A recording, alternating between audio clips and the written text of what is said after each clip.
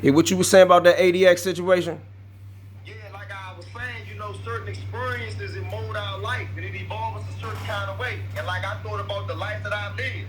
I've thought about my actions, I've thought about my inactions. But something that happened to me, like when I was out ADX, I'm looking at the news and I'm saying about this Black Lives Matter movement.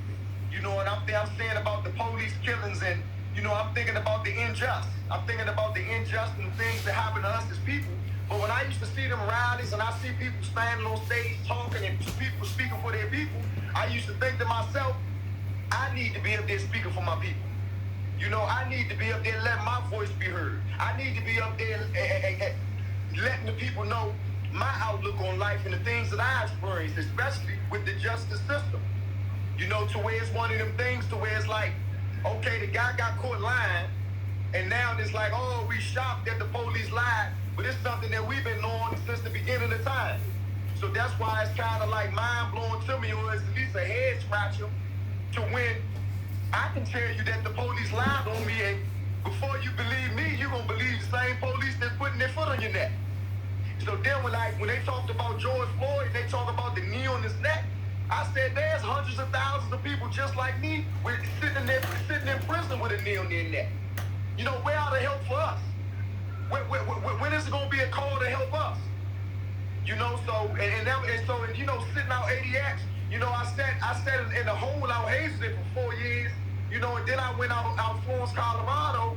So it's one of them things where you really get some time to reflect and you really get some time to think. And you get a chance if you choose to just reevaluate life as a whole.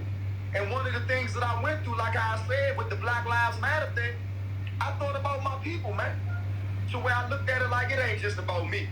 It ain't just about me, because I know if I was on that stage, I wouldn't just be talking about me. I'd be talking about my people. Because if it's anything that I want my people to raise. I want my people to rise. I want my people to progress. I want my people to prosper.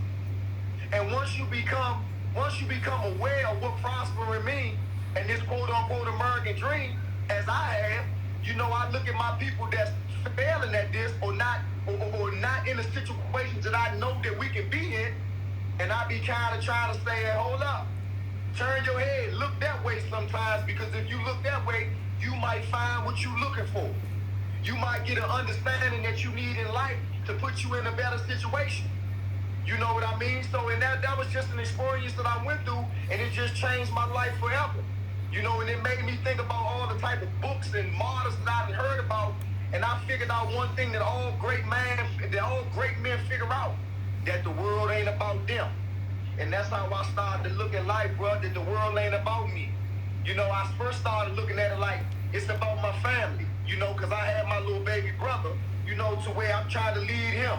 But you got to understand, I'm in prison, so I got to lead my baby brother through phone calls. I got to advise my baby brother through letters. Then I got my sister.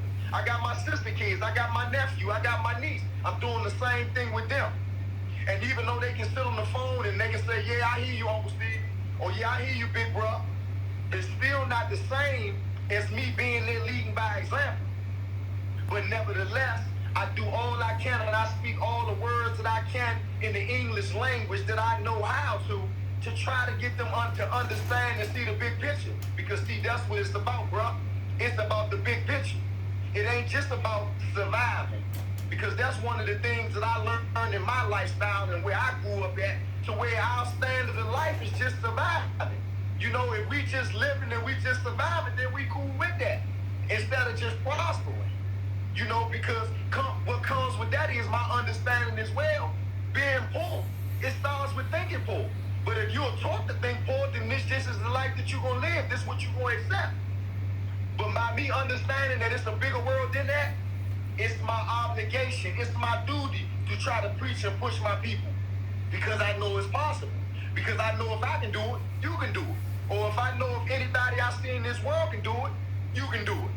You know what I mean? So that was just something I went through there. And like I say, I evolved in life and it changed my life forever, bro.